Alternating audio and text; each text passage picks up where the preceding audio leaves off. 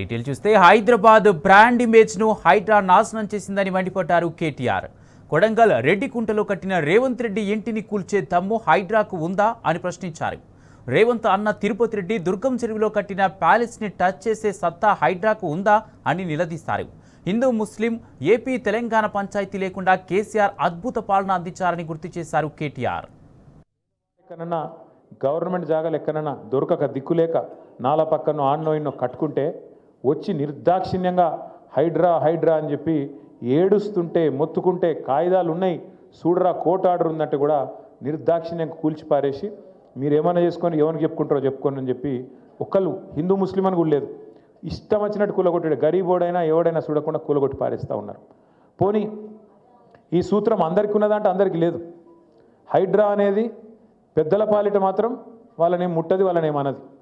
ముఖ్యమంత్రి రేవంత్ రెడ్డి ఆయన సొంత ఇల్లు కొడంగల్లో కుంటలు కట్టిండు. ఆ కుంట పేరు రెడ్డికుంట. కొడంగల్ ఆయన ఇల్లు ఎక్కడైతుందో కుంటలు ఉంటుంది ఇల్లు, ఆయన ఉండే ఏరియా పేరే రెడ్డికుంట. దాన్ని అడిగినోడు లేడు, ఏ హైడ్రా పోదు, ఏ అధికారి ఓడు. వాళ్ళన్న తిరుపతి రెడ్డి, రేవంత్ రెడ్డి వాళ్ళన్న తిరుపతి రెడ్డి దుర్గం చెరువు FTL లోపల కట్టిండు ఇల్లు. దాన్ని అడిగేటోడు లేడు, హైడ్రా పోదు ఆడికి, అలా కనబడదు అది. అట్లాగే రెవెన్యూ మంత్రి పొంగులేటి శ్రీనివాసరెడ్డి ఆయన జోర్దార్ బంగ్లా కట్టిండు చెరువు బఫర్లా, దానికాడికి పోదు. ఇంకొక పెద్ద మనిషి ఉన్నాడు KVP రామచంద్రరావు, ఆయన చెరువు పక్కనే కట్టిండు, దానికాడికి ఓరు. ఇట్లా చెప్పుకుంటూ పోతే ఒక 50-100 మంది పేర్లు ఉన్నాయి కాంగ్రెస్ వాళ్ళకి. ఎవ్వల ఇంటికాడికి మాత్రం హైడ్రా పోదు, కూలగొట్టే దమ్ము లేదు. కాంగ్రెస్ వాళ్ళకి ముట్టది, అధికార పార్టీ వాళ్ళు అంటే అధికార పార్టీకి చట్టం అనేది చుట్టం. గరీబ్ వాళ్ళకి మాత్రం హైడ్రా అనేది ఒక భూతంలాగా మీదపడి ఇవాళ ఎక్కడ పడితే అక్కడ విచ్చలవిడిగా సాటర్డే సండే వచ్చిందంటే చాలు కోర్టు బంద్ ఉంటే కోర్టు ఇప్పటికి 100 సార్లు చెప్పింది ఇట్లాంటివి చేయకూరి, మీరు నోటీస్ ఇయ్యండ్రి, మీరు కరెక్ట్గా పద్ధతి ఫాలో కండ్రి అంటే అవేం చూస్తలేరు, ఇష్టం వచ్చినట్టు కొట్టుకుంటూ పోతున్నారు. ఏమైంది దాంతో ఇవాళ గరీబ్ వాళ్ళు రోడ్డు మీద పడ్డారు. కూకట్పల్లిలో బుచ్చమ్మ అని ఒక అమ్మాయి, ఒక మహిళ హైడ్రా వచ్చి ఇల్లు కొడుతుంది మనం భయంతో గుండాకి చచ్చిపోయింది.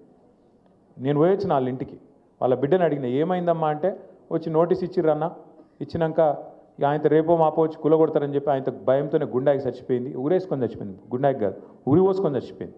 అంటే ఎంత అన్యాయం అంటే చేయగలిగితే గరీబోనికి మంచి చేయాలి కేసీఆర్ చేసినట్టు. మీకు ఏమేం చేసిండు కేసీఆర్ గారు? కేసీఆర్ రాకముందు రేషన్ కార్డు మీద పాబంది ఉంటుండే, ఏముండే ఒక్కొక్క కారెట్ మీద 4 కిలోలు ఇస్తుండే మనిషికి. కేసీఆర్ వచ్చినాక 4 కిలోలు 6 కిలోలు చేసిండు. అది మాత్రమే కాదు, ఇంట్లో ఎంతమంది ఉంటే అంతమందికి ఆనాడు 10 మంది ఉంటే ఇంట్లో 10 మందికి 6 కిలోల చొప్పున నెలకు 60 కిలోల బియ్యం కేసీఆర్ గారి ప్రభుత్వం ఇచ్చిన మాట మనందరం కూడా గుర్తుపెట్టుకోవాలి. అట్లాగే మన పిల్లలకు సన్న బియ్యంతో గవర్నమెంటు మన స్కూళ్ళల్లో ఎక్కడికక్కడ సన్న బియ్యంతో బువ్వ పెట్టి బ్రహ్మాండంగా కేసీఆర్ గారు వచ్చేదాకా ఆ పరిస్థితి లేకుండే. సన్న బియ్యం అనేది వీలేదు, మేము తెచ్చినాం కొత్తగా అంటారు కానీ వీళ్ళు తెచ్చింది ఏం లేదు. మన ప్రభుత్వంలోనే మనమే ఆనాడు గవర్నమెంట్ స్కూళ్ళల్లో హాస్టళ్ళల్లో మొదలుపెట్టిందే మనం.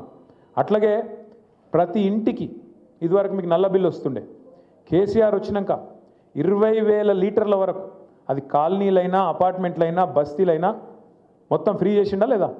20,000 లీటర్ల కాడికి, 20,000 లీటర్ల కంటే ఎక్కువ ఎవరు వాడరు, బస్తీలలో ఎవరు కూడా వాడరు. మొత్తం అందరికీ నల్ల బిల్లు ఫ్రీ చేసిండు.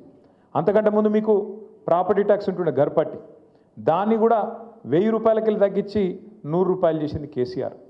200 ఉండే పెన్షన్ గరీబులది, దాన్ని పెంచి 2000 చేసిండు కేసీఆర్.